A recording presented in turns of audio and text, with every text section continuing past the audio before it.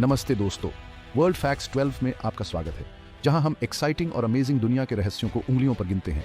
हमारे चैनल को सब्सक्राइब करना और हमारे कंटेंट को लाइक और शेयर करना ना भूलें। आज हम अंतरिक्ष की अनबिलीवेबल और रहस्यमय दुनिया में डुबकी लगाने जा रहे हैं, एक ऐसी जगह जो हमेशा से ह्यूमन इमेजिनेशन को मोहित करती रही है। हमारे विशाल ब्रह्मांड के बारे में जानने के लिए बहुत कुछ है, आश्चर्य से लेकर विस्मय तक। क्या आप जानते हैं कि अंतरिक्ष पूरी तरह से शांत है, क्योंकि साउंड को ट्रैवल करने के लिए माध्यम की आवश्यकता होती है, और अंतरिक्ष एक निर्वात है। आप चीख भी सकते हैं और कोई भी आपको नहीं सुनेगा। तो हमारे साथ एक एक्स्ट्रॉर्डिनरी एडवेंचर पर निकलें, क्योंकि हम ब्रह्मांड के कुछ सबसे आकर्षक पहलुओं का पता लगाते हैं। ब्लैक होल के रहस्यों से लेकर अंतरिक्ष यात्रियों द्वारा सामना की जाने वाली यूनिक चैलेंजेस तक, हम एस्टनिशिंग फैक्ट्स को अनकवर करेंगे जो आपको दुनिया के प्रति अपने दृष्टिकोण पर सवाल उठाएंगे। तैयार हो जाइए, क्योंकि यह सवारी आपके विचार से कहीं अधिक एक्स्ट्रॉर्डिनरी होने वाली है। क्या आपने कभी सोचा है कि अंतरिक्ष में आवाज कैसी होगी, या यह कैसा भी होगा? देखिए, यहाँ पृथ्वी पर ध्वनि हवा के माध्यम से यात्रा करती है, जो हमारे कानों तक कंपन के रूप में पहुंचती है। लेकिन अंतरिक्ष, मेरे दोस्तों, एक अलग कहानी है। ये एक लगभग पूर्ण निर्वात है, जिसका अर्थ है कि सांस लेने के लिए हवा नहीं है और न ही ध्वनि ले जाने के लिए। अगर आप अंतरिक्ष में चिल्लाते हैं तो कोई भी आपको नहीं सुनेगा। आपका सबसे बड़ा चिल्लाना, आपके पसंदीदा गीत की सबसे तेज धुन, सभी को शांत किया जाएगा। ये एक ऐसी अवधारणा है जो वास्तव में आपको ब्रह्मांड की विशालता और शून्यता के साथ सामना करती है। लेकिन यहाँ एक और बात है, जबकि अंतरिक्ष में ध्वनि की अनुपस्थिति डरावनी लग सकती है, यह एक पूरी नई दुनिया की संभावनाओं को भी खोलती है। खगोलविद रेडियो वेव्स, प्रकाश और एक्स रे जैसे इलेक्ट्रोमैग्नेटिक रेडिएशन का उपयोग करके ब्रह्मांड का निरीक्षण कर सकते हैं। ये तरंगें अंतरिक्ष के निर्वात में यात्रा कर सकती हैं, जिससे हम दूर की आकाश गंगाओं, शक्तिशाली विस्फोटों और ब्रह्मांड की सबसे गूढ़ वस्तुओं ब्लैक होल से भी प्रकाश को देख और सुन सकते हैं। तो भले ही हम अंतरिक्ष में शाब्दिक ध्वनि नहीं सुन सकते हैं, लेकिन ब्रह्मांड के पास बताने के लिए अपनी कहानियां हैं, जो हमें उन तरीकों से आश्चर्यचकित और चुनौती देती रहती हैं जिनकी हमने कभी कल्पना भी नहीं की होगी। अब आइए गुरुत्वाकर्षण के बारे में बात करते हैं, वह बल जो हमें पृथ्वी से बंधे रखता है। आप अंतरिक्ष यात्रियों को इंटरनेशनल स्पेस स्टेशन पर तैरते हुए देखते हैं, है ना? वे भारहीन दिखते हैं, है ना? ठीक है, यह पूरी तरह सच नहीं है। अंतरिक्ष में हम जो भारहीनता देखते हैं, वह वास्तव में सूक्ष्म गुरुत्वाकर्षण का परिणाम है। पृथ्वी का गुरुत्वाकर्षण बल अभी भी वहां है, लेकिन ये यहाँ पृथ्वी की सतह पर उतना मजबूत नहीं है। इंटरनेशनल स्पेस स्टेशन जैसे अंतरिक्ष यान में अंतरिक्ष यात्री और सब कुछ लगातार पृथ्वी के चारों ओर गिरते रहते हैं, जिससे भारहीनता का एहसास होता है। ये एक निरंतर फ्री फॉल की तरह है, लेकिन जमीन से टकराने के बजाय वे बस पृथ्वी की परिक्रमा करते रहते हैं। और यह सिर्फ एक अजीब सनक नहीं है, माइक्रोग्रेविटी का मानव शरीर पर वास्तविक प्रभाव पड़ता है। समय के साथ अंतरिक्ष यात्री मांसपेशियों की हानि और हड्डियों के घनत्व में कमी का अनुभव कर सकते हैं, क्योंकि उनके शरीर को हमारे ग्रह के निरंतर खिंचाव से लड़ने की आवश्यकता नहीं होती है। यही कारण है कि अंतरिक्ष यात्री अंतरिक्ष में रहते हुए अपनी मांसपेशियों और हड्डियों को स्वस्थ रखने के लिए नियमित व्यायाम करते हैं। यह एक अनुस्मारक है कि मानव शरीर उल्लेखनीय रूप से अनुकूलनीय है, लेकिन हमें उन परिस्थितियों के अनुकूल होने के लिए रचनात्मक तरीके खोजने की आवश्यकता है जो हम विकसित हुए हैं। यहाँ पृथ्वी पर हम अपने दिन और रात के चक्र को हल्के में लेते हैं। सूर्य उगता है, सूर्य अस्त होता है, यह जीवन का प्रवाह और प्रवाह है। लेकिन अंतरिक्ष में दिन और रात की यह परिचित लय मौजूद नहीं है। सोचो इसके बारे में। पृथ्वी पर हमारे पास दिन और रात होते हैं, क्योंकि हमारा ग्रह अपनी धुरी पर घूमता है और सूर्य द्वारा आधा भाग प्रकाशित होता है, जबकि दूसरा आधा छाया में रहता है। लेकिन अंतरिक्ष में, जहां कोई ग्रह नहीं घूम रहा है और न ही सूर्योदय और सूर्यास्त का कोई स्थिर संदर्भ बिंदु है, समय की अवधारणा एक नया अर्थ लेती है। अंतर्राष्ट्रीय अंतरिक्ष स्टेशन पर अंतरिक्ष यात्री उदाहरण के लिए हर 90 मिनट में एक बार सूर्योदय और सूर्यास्त का अनुभव करते हैं, क्योंकि वे हमारे ग्रह की परिक्रमा करते हैं। कल्पना कीजिए, एक दिन में 16 सूर्योदय और सूर्यास्त। यह निश्चित रूप से आपके शरीर की घड़ी को गड़बड़ कर सकता है। यह इस बात का एक आदर्श उदाहरण है कि अंतरिक्ष कितना अजीब और आकर्षक हो सकता है। यह उन चीजों को चुनौती देता है जिन्हें हम मानते हैं, और हमें ब्रह्मांड के बारे में अपने दृष्टिकोण पर पुनर्विचार करने के लिए मजबूर करता है। जब तापमान की बात आती है तो अंतरिक्ष कोई मजाक नहीं है। यह चरम सीमा की जगह है, जो झुलसा देने वाले तापमान और हड्डी को ठंडा करने वाली ठंड के बीच जंगली रूप से उतार चढ़ाव करती है। कल्पना कीजिए, एक तरफ आपके पास सीधा सूर्य का प्रकाश है, जो वस्तुओं को 250 डिग्री फ़ारेनहाइट 121 डिग्री सेल्सियस तक गर्म करने में सक्षम है। यह पिज्जा पकाने के लिए पर्याप्त गर्म है। लेकिन जैसे ही आप छाया में जाते हैं, तापमान -250 डिग्री फ़ारेनहाइट -157 डिग्री सेल्सियस तक गिर सकता है। यह सही है, ठंड इतनी तीव्र है कि यह आपके रक्त को जमा सकती है। ये चरम तापमान पृथ्वी के सुरक्षात्मक वातावरण की कमी के कारण होते हैं, जो आने वाले सौर विकिरण को नियंत्रित करते हैं और हमारे ग्रह के तापमान को अपेक्षाकृत स्थिर बनाए रखते हैं। अंतरिक्ष में हालांकि गर्मी को अब्जॉर्ब करने या उसे फंसाने के लिए कुछ भी नहीं है, जिससे ये नाटकीय उक्तियां आती हैं। तो अंतरिक्ष यात्री इन कठोर परिस्थितियों से खुद को कैसे बचाते हैं। स्पेस सूट अंदर आते हैं। ये स्पेशल सूट न केवल ऑक्सीजन प्रदान करते हैं और अंतरिक्ष के निर्वात से रक्षा करते हैं, बल्कि अंतरिक्ष यात्रियों को अत्यधिक तापमान से भी बचाते हैं। वे परिष्कृत शीतलन और ताप प्रणालियों से लैस हैं जो अंतरिक्ष यात्रियों को कंफर्टेबल तापमान पर रखते हैं, ये सुनिश्चित करते हुए कि वे जमने या जलने के बजाय अपने मिशन पर ध्यान केंद्रित कर सकें। अब आइए ब्रह्मांड के सबसे रहस्यमय और मनोरम पिंडों ब्लैक होल पर चर्चा करें।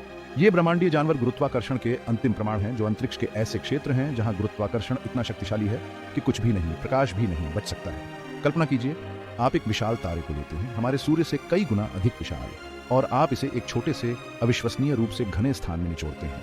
यही तो ब्लैक होल है। उनका गुरुत्वाकर्षण खिंचाव इतना मजबूत है कि यह अंतरिक्ष समय के ताने बाने को विकृत करता है, जिससे प्रकाश भी मुड़ जाता है और चारों ओर घूमता है। अब हम वास्तव में ब्लैक होल को देख नहीं सकते हैं, क्योंकि वे प्रकाश का उत्सर्जन नहीं करते हैं। वास्तव में वे प्रकाश को निगल जाते हैं, लेकिन वैज्ञानिक अपने आसपास के तारों और गैस पर उनके प्रभाव को देखकर उनके अस्तित्व का अनुमान लगा सकते हैं। कल्पना कीजिए कि आप किसी अदृश्य वस्तु को उसके चारों ओर की वस्तुओं पर गुरुत्वाकर्षण प्रभाव डालते हुए देख रहे हैं। यह एक ब्लैक होल की तरह है। और जहां तक उनकी उत्पत्ति का सवाल है, तो माना जाता है कि ब्लैक होल का निर्माण तब होता है जब विशाल तारे अपने जीवन के अंत में अपने ही गुरुत्वाकर्षण के तहत गिर जाते हैं। यह एक नाटकीय और हिंसक प्रक्रिया है, जिसके परिणाम स्वरूप ब्रह्मांड में इन गूढ़ वस्तुओं का निर्माण होता है, जो हमें अपनी सीमाओं पर सवाल उठाने और ब्रह्मांड के रहस्यों के बारे में और अधिक जानने के लिए मजबूर करते हैं। क्या आपने कभी सोचा है कि अंतरिक्ष में कैसी गंध आती है? ये एक अजीबोगरीब सवाल है, मुझे पता है, लेकिन यह एक ऐसा सवाल है जिसके बारे में अंतरिक्ष यात्री सोचते हैं। आप देखते हैं, अंतरिक्ष यात्री जो स्पेस वॉक से लौटते हैं, अपने सूट पर एक विशिष्ट गंध की रिपोर्ट करते हैं, एक ऐसी गंध जो पृथ्वी पर किसी भी चीज से अलग है। वे इसे जले हुए स्टेक, गर्म धातु या यहाँ तक कि गन पाउडर की गंध के रूप में वर्णित करते हैं। तो यह अजीब गंध कहाँ से आ रही है? खैर, वैज्ञानिकों का मानना है कि यह अंतरिक्ष के निर्वात में उच्च ऊर्जा कणों और विकिरण के साथ बातचीत करने वाले सूट की सामग्रियों का परिणाम हो सकता है। ये अंतःक्रियाएं सूट की सतह पर रासायनिक प्रतिक्रियाएं उत्पन्न कर सकती हैं, जिससे यह विशिष्ट गंध पैदा होती है। एक और सिद्धांत यह है कि यह गंध मरने वाले सितारों के अवशेषों से आती है, जिन्हें सुपरनोवा के रूप में जाना जाता है, जो ब्रह्मांड में पॉलीसाइक्लिक एरोमेटिक हाइड्रोकार्बन्स नामक यौगिकों को बाहर निकालते हैं। ये यौगिक हमारे अपने सौर मंडल में पाए गए हैं और ऐसा माना जाता है कि वे अंतरिक्ष की गंध में योगदान कर सकते हैं। जो भी कारण हो, अंतरिक्ष की गंध एक मूर्त अनुस्मारक है कि ब्रह्मांड एक ऐसी जगह है जो दृश्य से कहीं अधिक है। यह गंध ध्वनि और खोज की भावना से भरी जगह है। अब आइए एक दिमाग उड़ाने वाले विचार के बारे में बात करते हैं, ब्रह्मांड का विस्तार। यह सही है, वह ब्रह्मांड जिसका हम निवास करते हैं वह स्थिर नहीं है। यह वास्तव में हर दिशा में लगातार विस्तार कर रहा है। यह खोज पहली बार 1920 के दशक में एडविन हबल नामक एक खगोल शास्त्री ने की थी, जिन्होंने देखा था कि दूर की आकाशगंगाएं हमसे दूर जा रही हैं और वे जितनी दूर हैं उतनी ही तेजी से वे दूर जा रही हैं। यह इस विचार का समर्थन करता है कि ब्रह्मांड स्थिर नहीं है, बल्कि गतिशील है, लगातार बदल रहा है और विकसित हो रहा है। लेकिन यह विस्तार वास्तव में कैसा दिखता है? खैर, यह कल्पना करना मुश्किल है, लेकिन इसे इस तरह से सोचें। कल्पना कीजिए कि आप एक गुब्बारे की सतह पर एक चींटी हैं। जैसे ही आप गुब्बारे को फुलाते हैं, चींटी आपको अन्य सभी चींटियों से दूर जाती हुई दिखाई देगी, चाहे वे गुब्बारे पर कहीं भी हों। यही ब्रह्मांड के साथ हो रहा है। आकाश गंगाएं गुब्बारे पर चींटियों की तरह हैं और गुब्बारे का विस्तार ही अंतरिक्ष का विस्तार है। और यहाँ किकर है, ब्रह्मांड का कोई केंद्र नहीं है, कम से कम ऐसा नहीं है जिसके बारे में हम जानते हैं। प्रत्येक आकाशगंगा हर दूसरी आकाशगंगा से दूर जा रही है, जिससे यह एक विशाल ब्रह्मांडीय विस्तार बन रहा है, जो हमें इस बात पर सवाल उठाता है कि यह सब कैसे शुरू हुआ।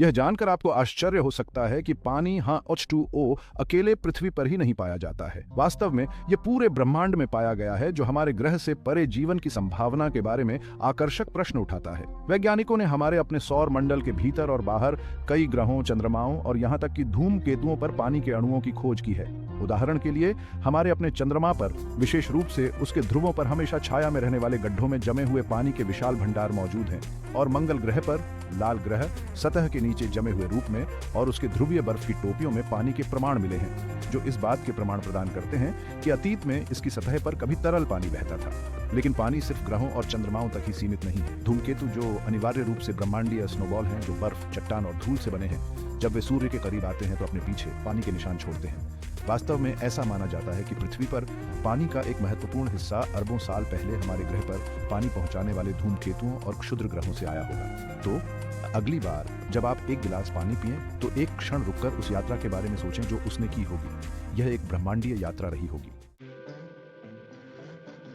हम में से कितने लोगों ने रात के आकाश की ओर देखा है, एक शूटिंग स्टार देखा है और एक गुप्त इच्छा की है।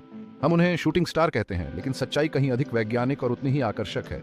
जिसे हम शूटिंग स्टार के रूप में देखते हैं वह वास्तव में एक तारा बिल्कुल नहीं है, बल्कि एक छोटा सा अंतरिक्ष मलबे का एक टुकड़ा है जिसे उल्कापिंड कहा जाता है, जो पृथ्वी के वायुमंडल में प्रवेश करता है। ये उल्कापिंड आकार में धूल के कणों से लेकर छोटी चट्टानों तक अविश्वसनीय गति से अंतरिक्ष से गुजरते हैं। जब वे हमारे वायुमंडल से टकराते हैं तो वे हवा के अणुओं के साथ घर्षण का अनुभव करते हैं, जिससे वे गर्म हो जाते हैं और चमकने लगते हैं। जिसे हम शूटिंग स्टार के रूप में देखते हैं वह उल्कापिंड ही नहीं है, बल्कि उसके चारों ओर गर्म चमकती हुई हवा का निशान है, क्योंकि वह हमारे वायुमंडल के माध्यम से जलता है। अधिकांश उल्कापिंड जमीन पर पहुंचने से पहले ही पूरी तरह से जल जाते हैं, लेकिन जो उल्कापिंड टकराते हैं उन्हें उल्कापिंड कहा जाता है, और ये हमें हमारे सौर मंडल के निर्माण खंडों के बारे में बहुमूल्य जानकारी प्रदान कर सकते हैं। तो अगली बार जब आप एक शूटिंग स्टार देखें तो याद रखें कि आप एक ऐसी घटना को देख रहे हैं जो लाखों मील दूर से शुरू हुई थी। एक खगोलीय अनुस्मारक है कि हमारा ग्रह एक विशाल और गतिशील ब्रह्मांड का हिस्सा है। अंतरिक्ष में तैरना, गुरुत्वाकर्षण की बेड़ियों से मुक्त होना, यह एक ऐसा विचार है जो कई लोगों को मोहित करता है। लेकिन शून्य गुरुत्वाकर्षण, या जैसा कि हम इसे माइक्रोग्रेविटी कहते हैं, का मानव शरीर पर गहरा प्रभाव पड़ सकता है, खासकर लंबी अवधि में।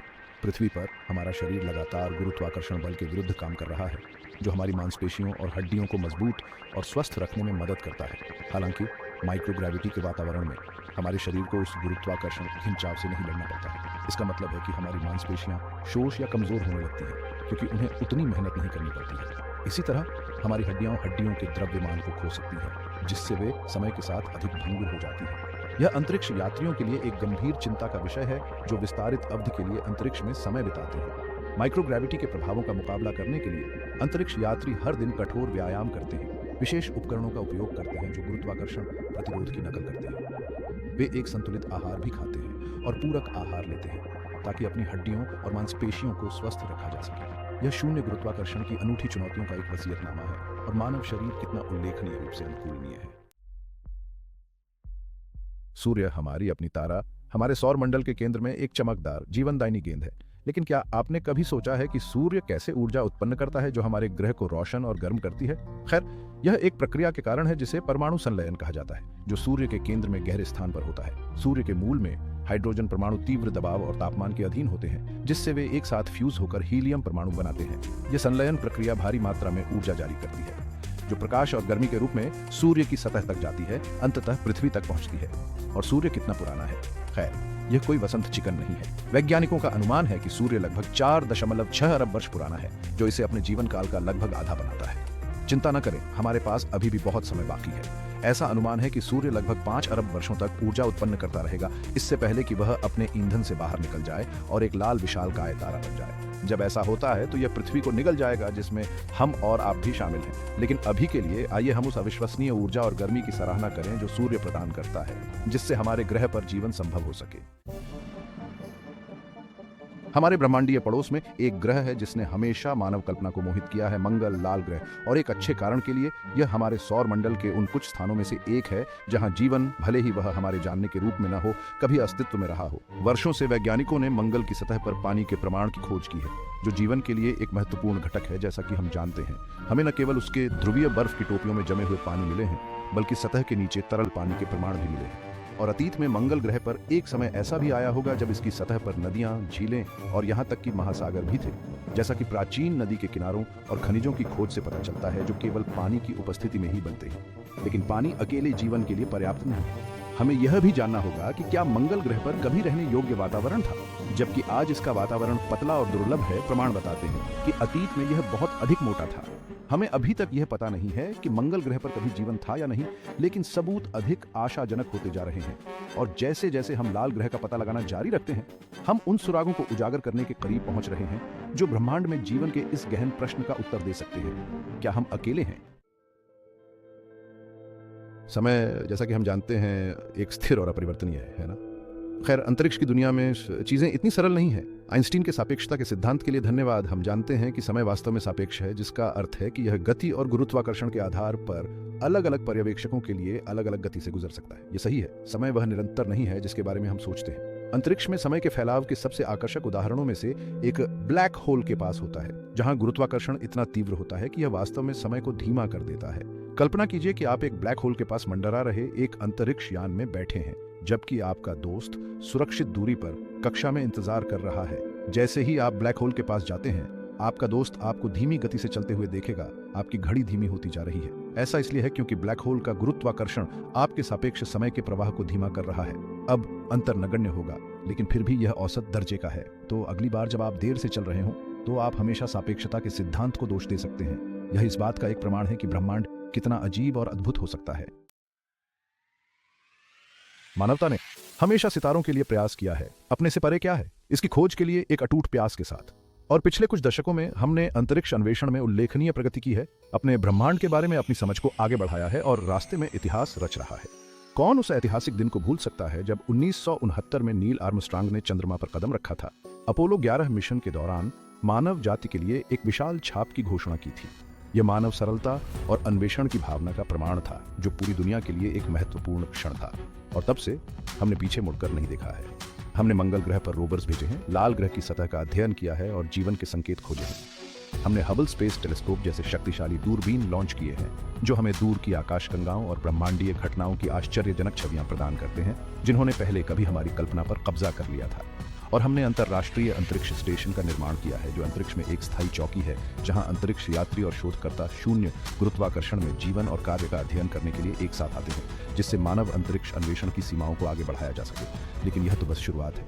जैसे जैसे हमारी तकनीक का विकास जारी है, वैसे वैसे अंतरिक्ष की हमारी समझ भी होगी। हमारे पास सौर मंडल का और भी अधिक पता लगाने, नए ग्रहों और चंद्रमाओं की खोज करने और शायद केवल शायद ब्रह्मांड में कहीं और जीवन के प्रमाण खोजने की योजना है।